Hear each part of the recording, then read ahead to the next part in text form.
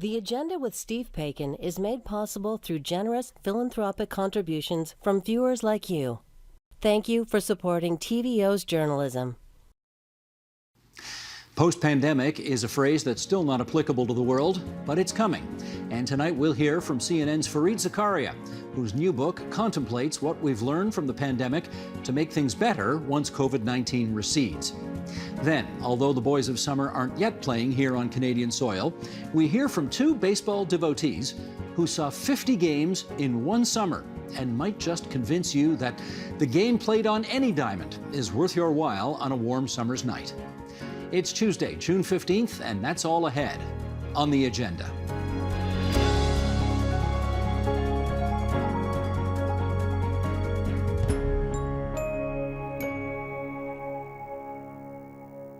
COVID-19 reshaped our lives in ways most of us couldn't have imagined. It's prompted reconsideration of fundamentals in social, economic, and political life around the globe. And where it takes us in the future, well, that's unclear.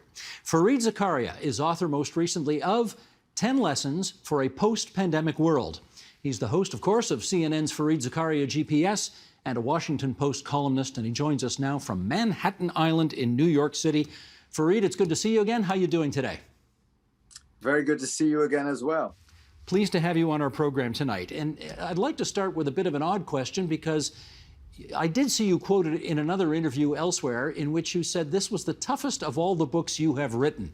How come? Two things. One was the speed with which I had to do it. I knew that in order to get to people while they were thinking about what the world would look like after the pandemic, I needed to finish the book and to have it published during the pandemic, which meant I had to do it in really the first 4 months of the pandemic. And I like to do a lot of research. I do a lot of thinking, a lot of historical work. And so all that had to be crammed in. The good news is I had nothing else to do, in the sense of all my travel had been canceled, every lunch, every dinner. So I did have some spare time. The second piece of it that was tough was I had to forecast the future. And I'm not really in that business. I try to think about the broad trends that are at work, but I'm not trying to be that specific. And in this case, I first had to get a good grip of the science and figure out, was there going to be a vaccine likely? And in that case, I could talk about a post-pandemic world because I was pretty confident there would be a vaccine. So I spent a lot of time trying to figure out the science and things like that. Luckily, I have to say, looking back, I wrote the book now in really a year and a half ago.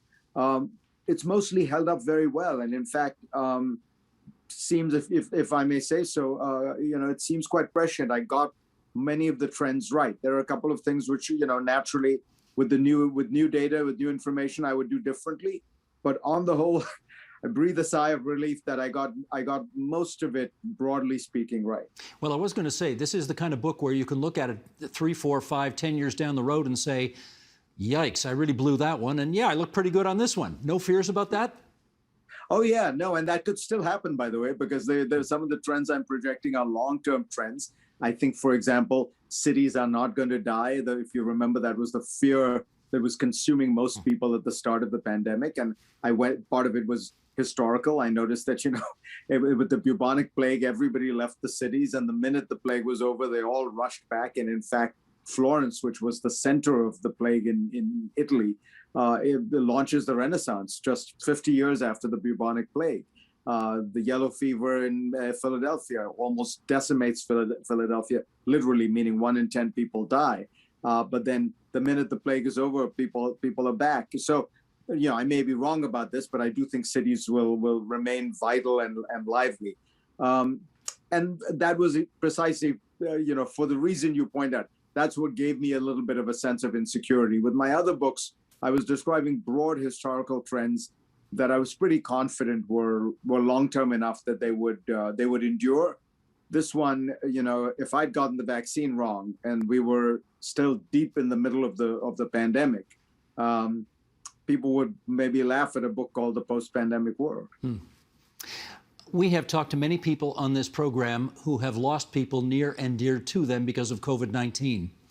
And I wonder if I could ask you whether you would share your story in that regard.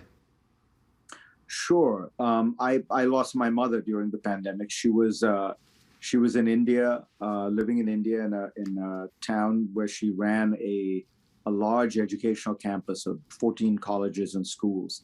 And she was, quite frankly, exactly the wrong person to get COVID, by which I mean she was 85 years old, she was diabetic, she was a bit overweight, she was sedentary, and those are the kinds of people for whom COVID has proved deadly. She got very good care, even though India was going through a very tough time at the time. And she got the right drugs, essentially the same ones she'd get in Canada or the United States. But what happens, and I realized from experiencing it, through her, what happens is at that age, the body is fighting back against COVID, but the body is old and frail, and that's where these pre-existing conditions become so important. The drugs were working at getting rid of COVID, but in the course of the struggle, the body gives up. And just one day, she had a massive heart attack and died within 10 minutes. Mercifully, there was no real pain. What it more than anything else made me realize, we were talking about what I got right and wrong in the book. The one thing I didn't spend a lot of time in the book on is the internal struggle we all face with COVID. So I spend a lot of time in the book describing all the things in the outside world that we need to fix to make sure there isn't a pandemic, to make sure that we handle this pandemic well, to make sure we build back better. And that means corporate programs, government programs, research programs, all the stuff in the external world. But then there's another set of resources, skills, programs you need internally. All of us, each of us needs to handle a crisis like this. What are the resources of mind and spirit we need to get through something like this? I didn't think a lot about that. And I learned the hard way, because I discovered that, when you lose somebody that close to you, my mother was the dominant influence in my life, you need internal resources as well. There isn't a government program in the world that's going to help you. Just for those who don't know, your mother, of course, a highly respected journalist who lived in India. So you are, I guess, to some extent, a chip off the old block. And while nobody would want the wisdom you now have, no one would want to acquire it the way you did. Do you think it has given you added insight, added empathy, added wisdom because of what you and your mother have gone through? Oh, of course. I'm very much believe that you learn in life holistically, by which I mean you don't just learn through books, you learn through experience. In fact, one of the things that I tend to do, I try not to repeat myself too much in commencement addresses, even though you are talking to a similar group of people and trying to provide advice. One of the things I often do tell them is, at the end of my address, I'll say to all these 18, 19, 20, 21-year-old kids, I say, there are some things in life you will only learn through experience. You will never be able to understand it theoretically. And the principal one I want to remind you of today is, until you have children of your own, you will never understand the love that a parent has for a child. Because you can say anything you want, you will never understand the feeling a parent has for his or her child until you have your own children. And then it all makes sense. The crazy calls at all times of the day, the texting, and I say, so this day of all days, take a moment to thank your parents, right? And so it's a perfect example, it seems to me, of something you only learn when you have experienced it yourself. And I have to say, I used to think about that all the time, because my mother lived 8,000 miles away, and I didn't get a chance to say thank you enough to her, though of course I did whenever I could. But you only realize some things like this when you actually go through them. And to go through, my father died 15 years ago, so this is that moment where you suddenly feel all alone in the world, and it's it's not a terrible feeling. I mean, I have kids of my own. I have, warm family, good, close friends. But there's something about losing that last parent, which is, boy, it really makes you feel very differently. This next phase of your life feels very different. Totally understand. Let's talk U.S. politics. Certainly, those of us who were watching television on the 6th of January watched in horror and fascination from this side of the border at what was happening in Washington, D.C. Your country at that point looked about as polarized as it's got, as it could get in my lifetime. We're now several months into Joe Biden's administration, and I wonder what you see on that front now. On that fundamental front that you described, I think things haven't really changed. This is, again, one of those longer-term historical trends that I'd love to say, you just flick a switch, inaugurate a new president, and it changes. No, we are more polarized than at any point you've seen in your lifetime or mine. The data is very clear. We are more polarized in the United States today than at any point since the end of the Civil War. And think about the polarization there, which was essentially around slavery, the South versus the North. Biden has, I think, done what he could to restore some sense of normalcy and dignity to American politics. I think it's worth pointing out American democracy, in a sense, endured. It sustained itself. At the end of the day, nobody played any kind of games with the electoral counts. All the state officials affirmed the counts that they had to. The vice president affirmed them. So, let's not forget the good news here. But the bad news, Steve, you're exactly right, is we are very deeply polarized. And that polarization, my fear is not nearly over yet. It is a polarization that really is, it's essentially around three or four things now. It's about culture, class, identity. It's about a urban, more educated, more multicultural, more diverse group of people on the one hand, and a rural, less educated, more religious group of people on the other hand. And that divide has actually been exacerbated by the pandemic. Who has done well in this pandemic? The digital elite, people like you and me, who can continue to do our jobs in the digital economy. Who has not fared so well, right? It's the people who work with their hands, who move we move symbolic objects. We manipulate words, images, computer code, things like that for a living.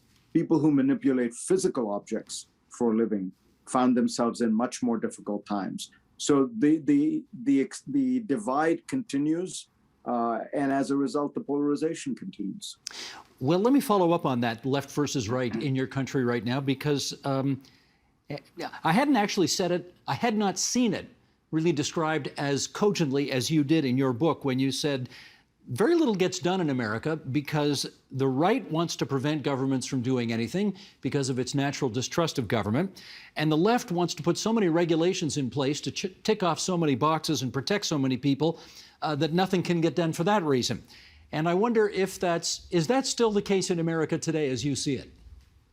Oh, yeah. And, it became so clear when you looked at the pandemic, because the countries that succeeded best in the pandemic were not, the dictatorships versus the democracies or something like that. It turned out the best performing countries were the countries of East Asia, which have this unusual attitude toward government, which is that they like markets and they embrace free trade and free markets. I'm thinking of the Singapores, South Koreas, Taiwans of the world. And yet they have a lot of respect for the idea of a government that is effective and competent. Think of Singapore. It in some ways has a kind of nanny state. South Korea has a very intrusive state by some standards.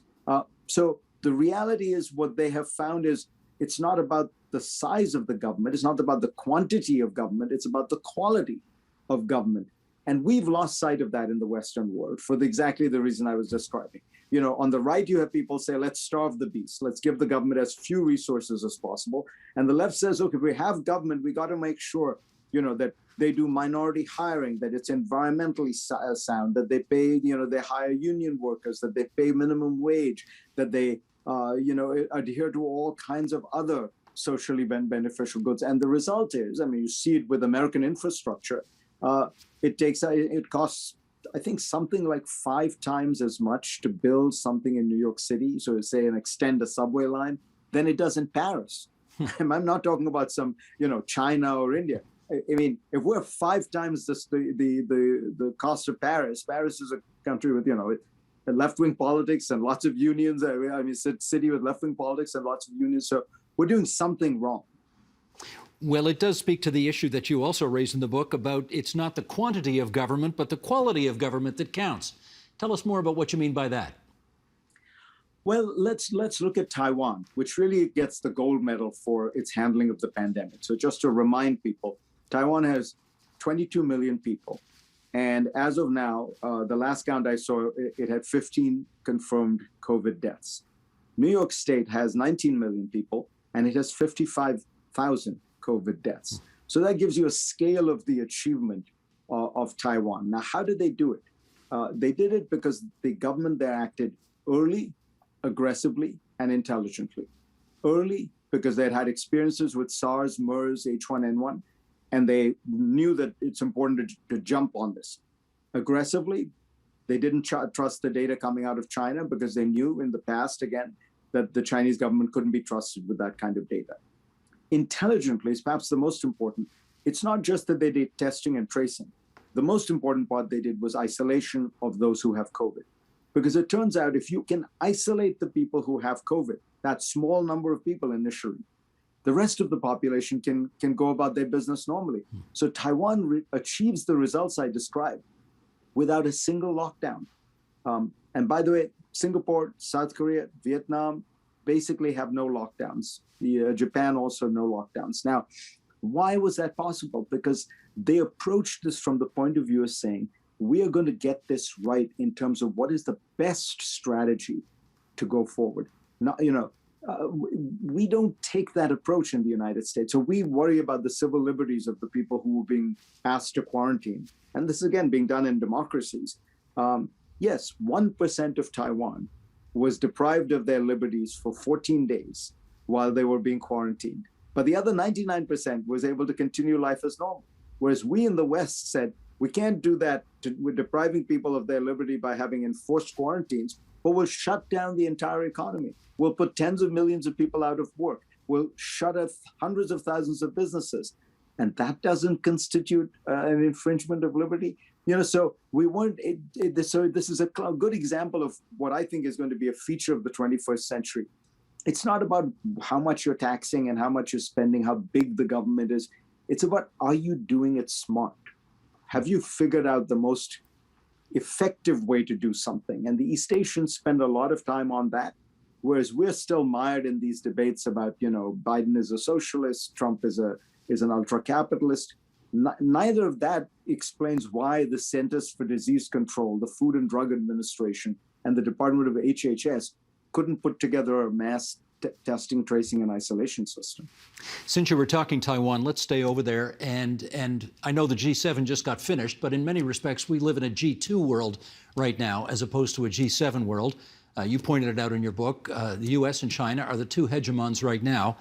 Do you see, as you look forward, do you see any other country in the world today that could potentially challenge the disproportionate influence that those two countries have on the world stage today? No. There are a lot of people who think India will play that role. And I think it's important to point out the Indian economy is now, 20 years ago, the Chinese economy was twice as large as the Indian economy. It is now 5 times as large as the Indian economy. And it is probably growing faster than India even now. Indians are supposed to be good at math, and they should understand those lines are not going to meet. You can't get from being 1/5 the size of China's economy to being the same size as China's economy when you're growing at the same pace, let alone slower. So European countries, by and large, are on a slower growth trajectory, as is Japan. So when you look around at the rest of the world, there are countries that are growing fast, but they're just not of the size. They don't have the scale that could matter in this sense. So we are, I think, in a world, I describe it as kind of emerging bipolar world. The US is clearly the biggest by far, much bigger than China. But China is the second, and here's the fascinating part, and this is why I call it a bipolar world. It's the two of them in a league of their own. So the Chinese economy is the second largest in the world, but it's larger than the third, fourth, fifth, and sixth economies put together. Similarly, its defense budget is the second in the world, way below the US, but its defense budget today is larger than the third, fourth, fifth, and sixth put together. So that is Russia, India, Britain, and France's defense budgets put together, just about equal China's defense budget. So that's why I say we're in a bipolar world. Now, whether that bipolarity means another Cold War, that is the big question geopolitically of our time. Well, you've anticipated where I want to go next because, of course, millions of people on this continent are asking themselves, can we trust the Chinese to give us the straight goods on ... fill in the blanks? How this virus started in the first place would be a good question we'd like to get the answer to. What's your answer in terms of how much we can trust the Chinese to do business with them, to get straight answers from them, to stop stealing our intellectual property, etc.? It's a very complicated question. It is the question, and you put it in a very interesting way. How much can we trust the Chinese? I put it this way. China is a dictatorship. It is in the nature of dictatorships to control information.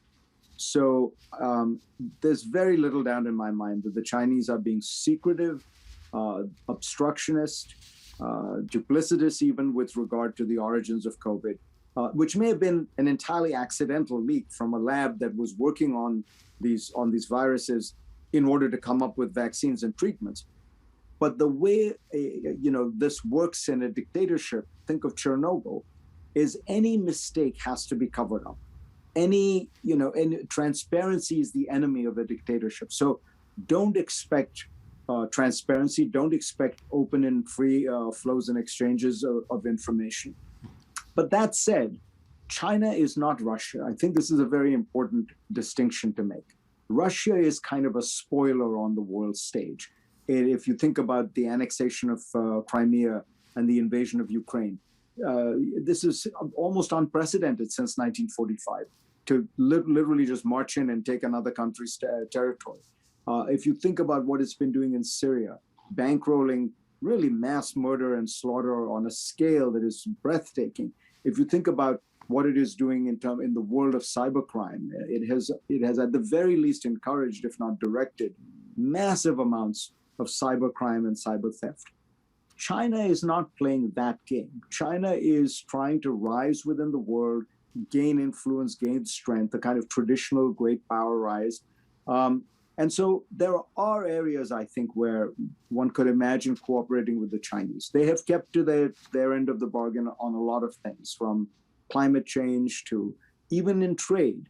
There are places where they have certainly cheated, but let's be honest, there are places where the United States, Canada, the European Union also fudged the rules. China has not proved to be an outlier in those areas. It is a responsible country that makes commitments and keeps up to them. But don't expect them to behave like a liberal democracy with regard to something like information. They're not. Let's pivot to the Middle East here now, Fareed. And to that end, I want to quote something that you wrote recently in the Washington Post, where you wrote, "It has been the same way for decades. Every time violence between the Israelis and Palestinians erupts, governments around the world urge de-escalation, a ceasefire agreement is reached, and experts warn that the situation cannot continue like this. But it has, and it will. Ultimately, this is not a problem that can be resolved through power, whether political or military. It can only be resolved through moral persuasion." I do want to ask you about the new government in Israel that was just created the other day. Benjamin Netanyahu, the prime minister of the last decade or more, 12 years, I guess, is now gone. Naftali Bennett is the new prime minister, at least for the next couple of years. Does that, in your view, open up any new possibilities for the Middle East? Not really. I'll tell you why. Naftali Bennett, who is the new prime minister, is actually to the right of Bibi Netanyahu on the core issue you were just alluding to, the Israeli-Palestinian conflict. Bennett is the most significant politician in Israel, in really in Israeli history, to forego even the possibility of a Palestinian state, to argue forthrightly that what Israel should do is annex the West Bank, never allow a Palestinian state. He said that he has killed many Arabs during his time in the Israeli army, and he celebrates that fact. Now, this is not a man about to usher in a Palestinian state or to begin serious negotiations on that front. He has said, to be fair, that he will give up his dreams to pursue this coalition government. But you see what I mean? It's very unlikely that you're going to get more movement from him than you were from Bibi Netanyahu. Look, the reality is, and this is what I was trying to describe in that column, everybody has been trying to kind of force Israel into making concessions to the Palestinians and to scare them by saying, otherwise there'll be terrorism, otherwise the Arabs won't like you and you'll never have peace with the Arabs, otherwise you won't be able to prosper on the world stage. All those predictions have proved wrong. As a simple matter of fact, Israel has managed to build a wall, to build these extraordinary anti-rocket missile systems, and to put in place an intelligence network that is essentially have ended the problem of terrorism in Israel. Even when these rockets fall, they get intercepted. So you can see this in the numbers who die, right? For every one Israeli, 20 Palestinians die in the retaliation. They were told that you won't be able to prosper on the world stage. Israel is being courted by every country in the world for its technological prowess. And countries like India, I grew up in India. India had no relations with Israel when I was growing up. Now, out of necessity, they feel they have to. Russia has forged deep ties with Israel. Again, Russia used to be the biggest bankroller of the Palestinian Liberation Organization. And now even the Arabs are normalizing relations with Israel. So ultimately, the only way this ends is if the Israelis feel like they cannot bear the cost to their conscience of ruling over 4 to 5 million people without giving them political rights. I mean, it's a unique situation in the world where you have this group of people, Palestinians, who are told you'll never be citizens of Israel and you'll never be citizens of your own country. So that is, in the post-colonial world, this is a unique dilemma. And the Israeli left, certainly sees it and wants to do something about it. They are currently in the minority. The country has moved pretty far right. But that's the dynamic that's going to change it. For 40 years, we've been trying to scare Israel into doing it, and they're not scared.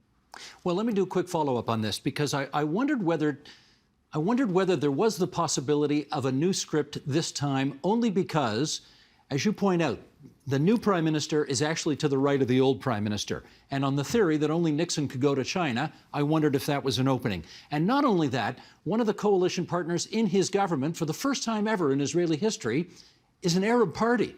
It's an Islamist party. And I wonder whether that possibility opens any doors either. I don't know. You tell me. It's a very good point, Steve. But the reality is you need to be powerful and secure to make those kind of concessions. So when Nixon went to China, he had been elected president. He had a powerful mandate, as it were.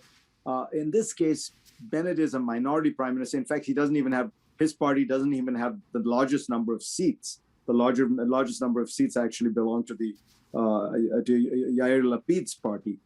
He also has another partner, Avigdor Lieberman, another right-wing party that argues essentially for ethnic cleansing, that is, for moving Palestinians off land, and even if they're citizens of Israel, moving them off the land and kind of throwing them into the Palestinian areas. But they do also have the Israeli Arabs, as you point out. And that piece of it, I have to say, without being quite sure what I mean by this, that piece of it is historic, because it means that the Israelis have accepted that the Israeli Arabs, who are 20% of the population of Israel, are legitimate political actors in the country and have legitimate political grievances and rights.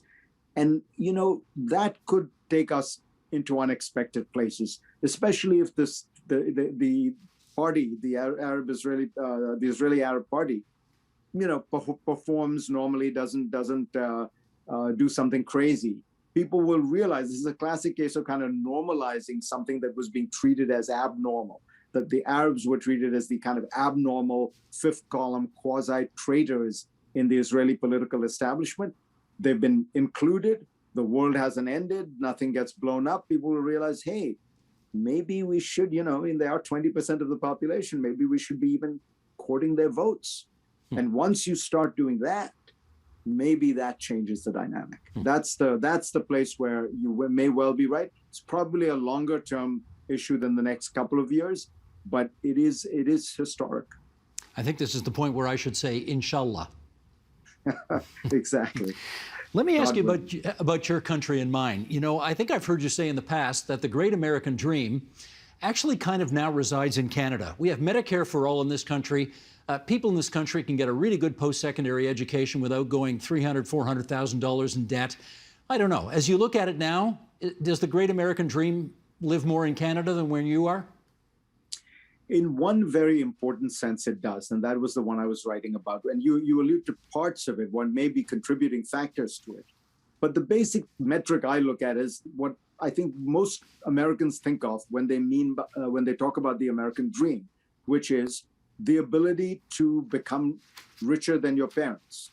If there is one thing that defines what it means to talk about the American dream, is that it's that idea of the immigrant family that comes over and then their children succeed in ways that they were not able to. So that's what we call social economic mobility. There are very good trackers for this. And the data shows Canada has stronger social mobility than the United States. If you were born in the lowest decile of income in Canada, you are more likely to move up than you are in the United States. Now, why is that? It's probably because, broadly speaking, your public education system is more equitable and better, and that you have universal healthcare and also a number of other programs that help poor people more than we help poor people in America. One of the challenges we face in America is we spend people think, again, America has a small government. We actually don't when you add it all up. We just spend a lot of that money on the middle class. Think about the interest deduction on mortgages, Social Security, Medicare, things like that. But when you look at actually helping the poor, we do very little. And that reality means that that smart poor kids do not move up as fast as they should. If you can't solve that problem in the United States, I think we are condemned to have to accept what I said, which is that the American dream in that sense is doing better in Canada and in Northern Europe than in the United States. Fareed, let's finish up. Boy, this half hour, I tell you, has flown by, and we're down to the last question, unfortunately, but let's try this. Before COVID, as you look back over the past 2 decades, the two biggest, most significant global events, I guess, were 9/11, 20 years ago, and the Great Recession of 2008 and the subsequent impact of all of that. On your list of sort of global cataclysmic events, where does COVID-19 rank vis-a-vis those two? I think it is broader and deeper in many senses. If you think about it, if you were a person living in Japan or South Africa or Brazil, 9/11 didn't mean very much to you. It was something between the United States and maybe a few Western countries on the one side and a few Middle Eastern countries, maybe a couple of other Islamic countries on the other side. You got fancy new airport scanners for security, but other than that, it didn't change your world. 08-09 was we call a global financial crisis, but it was really a Western financial crisis. Again, if you lived in India or China or Indonesia, didn't really affect you much. There was a recession as a result of it, but actually quite shallow in those countries. The pandemic, on the other hand, has affected every human being in the world. It's the first event that I can think of that is truly a global experience in that sense. Anywhere you go, anyone you talk to, any country, they are all in some way experiencing the public health crisis, the economic crisis that followed, and then the post-COVID recovery, the questions, how much will we go back? What will a new post-COVID world look like? Everyone is facing these challenges. So And it shouldn't surprise us in some sense. This was the great reshaper in history historically. So if you go back, thousands of years, the thing that could kill people on massive scale was a pandemic, not even a war, because if you go back before, say, the 19th century, wars were set-piece battles fought between armies, often volunteer armies on battlefields where they'd stop in the night and start again in the day. It was plagues that caused huge transformations. I mean, if you think about it, Western literature begins with the plague. The Iliad begins with the first pages of the Iliad are about a plague that Apollo rains down on the Greek armies because he and Agamemnon get into a quarrel. The first history that we have in the West, which is the Thucydides account of the Peloponnesian War. The pivotal event in it is not a battle, but a plague, which destroys Athens and perhaps led to Sparta's victory. Who knows? Without the plague, maybe Athenian democracy would have triumphed, and there wouldn't have been, I'm now fantasizing, but there wouldn't have been a Roman Empire, and there wouldn't have been the Middle Ages and the Dark Ages and all that. So this has been the motor of history from time immemorial. I predict this will cast a long shadow on the world for years and years to come. We are happy to remind people of the title of the book that is over your left shoulder as we speak. 10 Lessons for a Post-Pandemic World. CNN's Fareed Zakaria. What a delight to have you on the program. Thanks for giving us so much time, and be well. I really enjoyed the conversation. Thank you.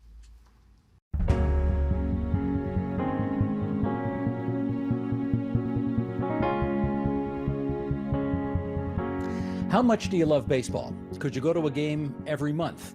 How about every week? Well, Dale Jacobs and Heidi L.M. Jacobs love baseball so much they decided to take in 50 games in one summer. And all of those games took place within a couple hours drive of their home. Now that's dedication. They wrote about their experience in 100 Miles of Baseball, 50 Games, One Summer. And it brings Dale and Heidi Jacobs to our airwaves tonight from Windsor, Ontario. Nice to meet you two. This was a great fun read for yours truly, and it sounds like you had a pretty good time writing it as well. We just want to show everybody where you guys are. And Tony, if you would, bring up this map. All of the baseball games that you went to are essentially within that circle, within that radius, within, a couple hours drive of Windsor, Ontario. And Dale, I guess the first question is pretty obvious. Whose crazy idea was this anyway? I think it was collaborative. We had tickets for the Tigers for years, and after about 10 years, we decided we wanted to see other kinds of baseball. We kicked around what to do, and we had this idea. It's kind of a riff on 100-mile diet. What happens if we see as many kinds of baseball as we can within 100 miles of our house? Heidi, why do it? Well, I think we were both feeling a little disconnected. We'd had season tickets for quite a while with the Tigers, and we were just thinking, what else is out there? And it made sense for us to think about, what's in our own backyard. And so it narrowed it down, and it gave us a bit of a focus to try to rethink and relearn what we knew about baseball. And so having that 100-mile perimeter and the 50 games was a nice sort of structure to work with. And it was, it made a lot of sense at the time. Yeah, Dale, that was the neat thing about it, because obviously if you're sticking within 100 miles of your home, it's not just Major League games. So what other leagues were you watching beyond Major League Baseball? So we saw everything from high school baseball. That was the youngest. We saw high school baseball, university baseball, amateur men's league. We saw minor league, a couple single A games. We saw independent minor leagues. And we saw some historic baseball where they play with 1865 rules. That's a pretty big thing in Michigan, actually. And was it the plan, Heidi, from the very beginning to write a book about the experience? I think it was. Once we had the idea of doing this 100-mile 50-game thing, it made sense because there's such a great narrative about it. And there's so many people interested in baseball in this area. So we talked to Dan Wells at Biblioasis, and he was really game right off the bat. So it made sense. And I think it would have been hard to do after the fact. So the fact that we started right at the beginning to think about taking notes and writing really helped the writing of the book. So it has that immediacy of actually being there. Well, Dale, I know for most people watching this, the Blue Jays are obviously Canada's team, but there are some places in this country where the home team or the favorite team actually is not the Blue Jays, and you're in one of those places because you guys are a hop, skip, and a jump from Comerica Park in Detroit. How do how do you and how did you find the baseball experience at Comerica Park? Oh, Comerica is a great place to watch baseball. We've spent a lot of time there, and it's one of my favorite parks in the major leagues. It's got great sight lines, and it's less than 10 miles from our house, and it's just great. We can actually take the tunnel bus over and see a game, and it's great. It's a good day out and a lot of fun. And I was interested in your observation that your focus on the Tigers, which of course is Major League Baseball, despite how badly they're doing, sorry, but your focus on Major League Baseball actually obscured some of the things that you love about baseball. What do you mean by that, Dale? Well, I think one of the things that happens if you watch only Major League Baseball is you start to forget what a difficult game baseball really is. They just make it look so easy. And so I think it was good to get back to watching, high school students and university students learning how to play the game and watching amateurs in their early 30s play just because they love the game so much. And then I guess the other thing is a lot more can happen in some ways at these other levels because there's not just strikeouts and home runs. There's a lot more different ways that scoring happens, and there are more errors, and it's just more unpredictable. I think what can happen at the park. It is true that baseball's got to be the only game where you can fail 7 times out of 10 and still end up in the Hall of Fame. That shows you how Yeah. difficult it is. We're talking, of course, about a 300 average over the lifetime of a career. Heidi, do women and men, as a general rule, watch baseball differently? That's a great question. Well, this woman and this man certainly watch baseball differently. I have to say that. I can't speak for all men and women, but I think one of the things that was really interesting to me was watching people watch baseball and seeing the different ways that people interacted with the sport and how they watched and what they watched for. And there's been a lot of attention given to the fact that there aren't a lot of female fans at MLB games. And what was really interesting to me is how often when we went to some of the amateur and high school and college level baseball, how often those stands were filled by women who really, really knew the game and they knew the players and they knew everything about it. So it really depends, I think, on who you're talking about and which fans. But it was an interesting observation, certainly. Now, I should ask both of you this next question. So, Dale, you start us off here. I can imagine actually doing what you did. I think 50 games in one summer sounds kind of cool, but every game with the same person. Not sure about that. Did you two, Dale, ever get on each other's nerves during the course of doing this? No, I don't think we did actually. We at the games we were kind of in our own little worlds a little bit because we were so focused on taking notes and our own engagement with the game. And then we really talked only going to and from the games as we talked about our expectations or debriefed. And that's obviously not nearly as much time as we've had together since COVID came. So maybe it was uh, a good way to get ready for that. Heidi, how about you? Did you ever get sick of them? No, no, no, not at all. And I think Dale's right. When we were working on it, we were so we were almost alone together in the park because we were so focused on the notes that we were taking and watching the game and thinking about what we were seeing in front of us. That we really the only time we actually really talked was probably in the car there or on the way back or occasionally between pitches. But we were really trying to focus on watching the game. And so I think we did end up just sort of having blinders on and just focusing on the field. How close, Heidi, did you come at any point in the project to saying, you know what, this really is more than I'd counted on, and let's just pack it in and forget about the rest of it? Yeah, it was a game two, I think. It was cold and it was snowing and I was soaked and this game never ended. It was just winter and I thought I have to do this 48 more times.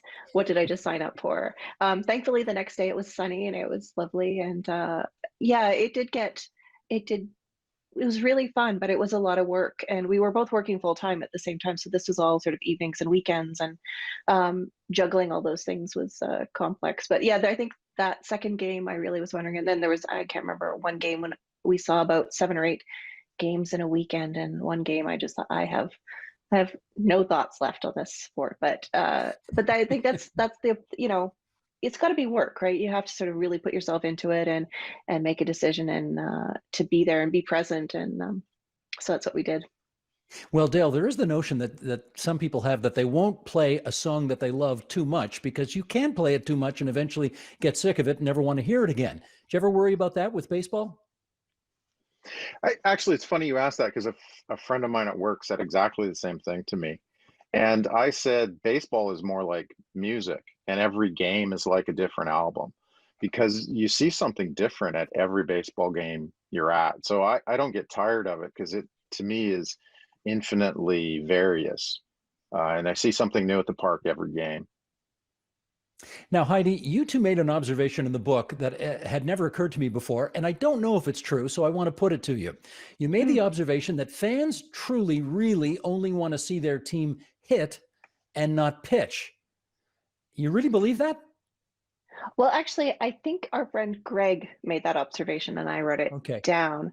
But it is interesting, because I think what happens is people want to see home runs and they want to see, their team score.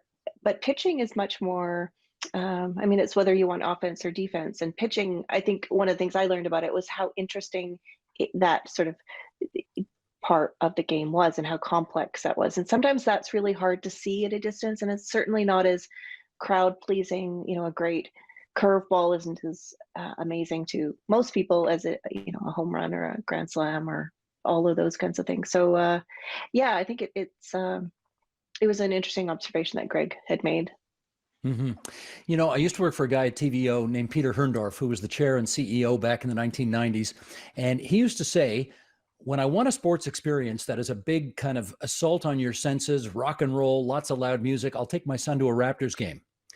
But if I want to know what's going on in my daughter's life, I will take her to see a Blue Jay game.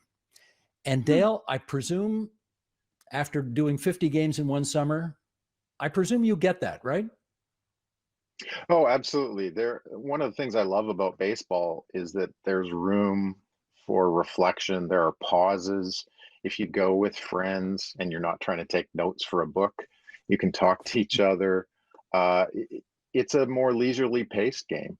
And I'm exactly the same way. If I want that kind of experience, I'll go see the Pistons. But if I want something that I can talk to the people I'm with and be alone with my thoughts, I'll take baseball every time. Heidi, can I get you on that too? I find that is certainly the case, that baseball is a different experience from any other sporting event because you actually can have a conversation with the person you're with.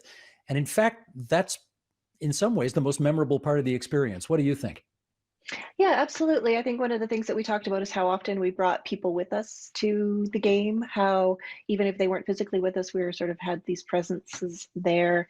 And like Dale said, there's a built-in contemplation, there's a built-in time to think about it. And to me, I think I like baseball for the same reason I like reading fiction, because you're always thinking, what's coming up next? What's the next move? Where could this go? What are all the possibilities? And so it has that sort of narrative in it, and you're all watching it together, and you're all thinking about, oh, is he going to strike out? Is he going to hit a home run? Are they going to go ahead? Are they going to, there's so many possibilities. And I think that's what I love about the sport, is that possibility and sharing that with other people, for sure.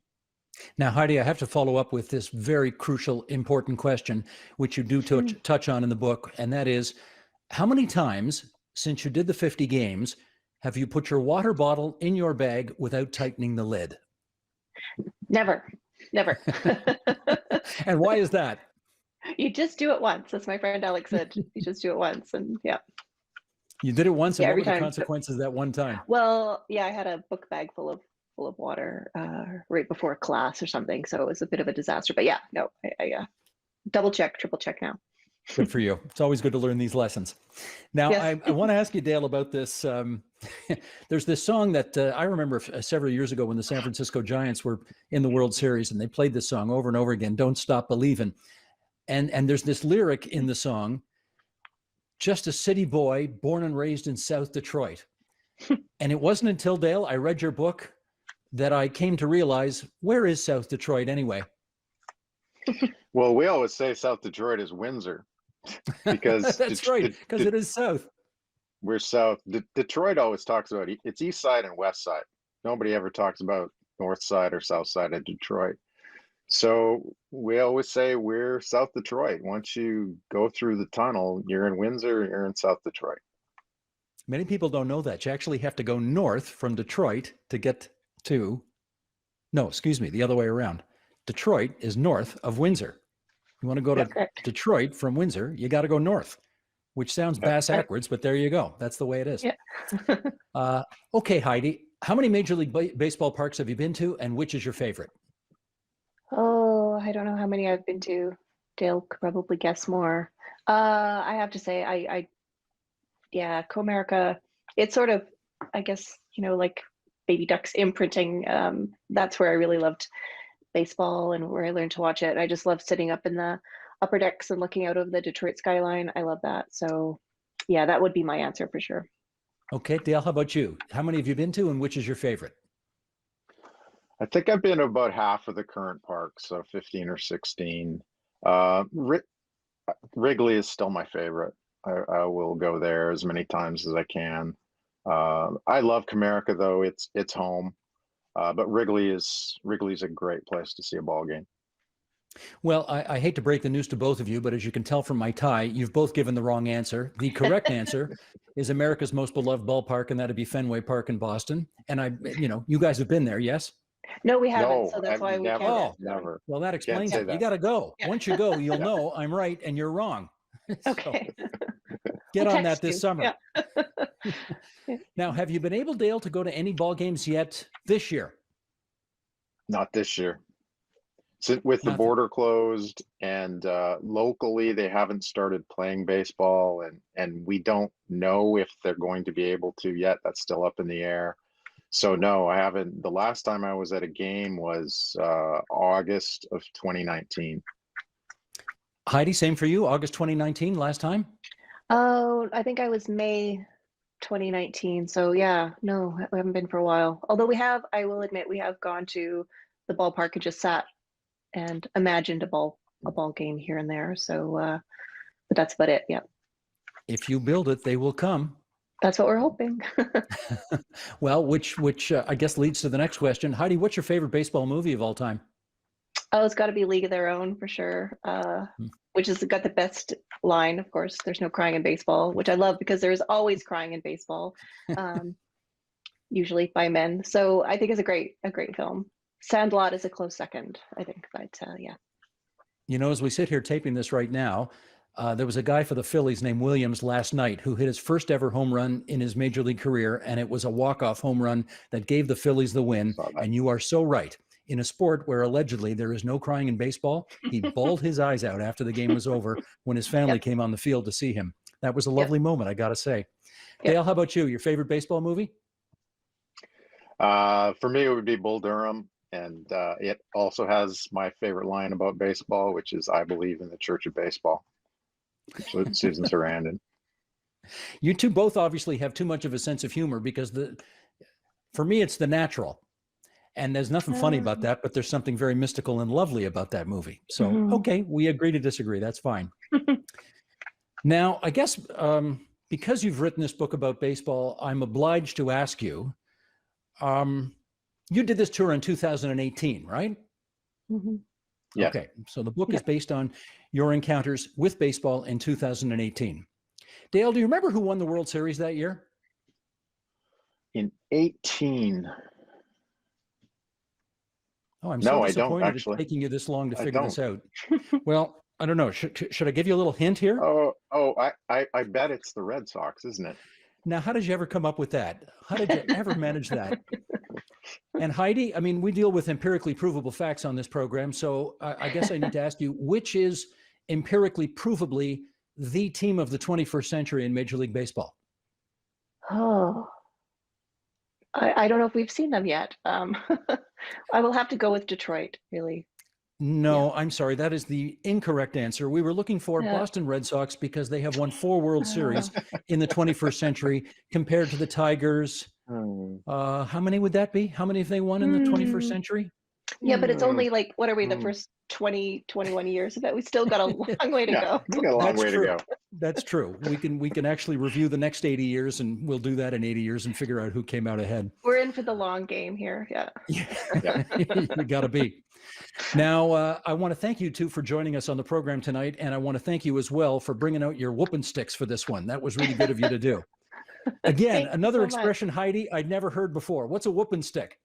I have no idea. I really have no idea, except for some older man was saying it, and some children were trying to say it, and their mother was very upset about it. So I don't really know what a whooping stick is, but we would be happy to learn. But I did learn about it in your book.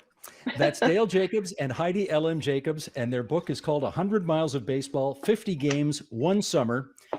And your assignment, you two, is to get to Fenway at some point in the next 80 years. Okay? That's your job. we will do that. We will do that. Well done. Yes. Thanks so much, everybody. Thank you. Thank you.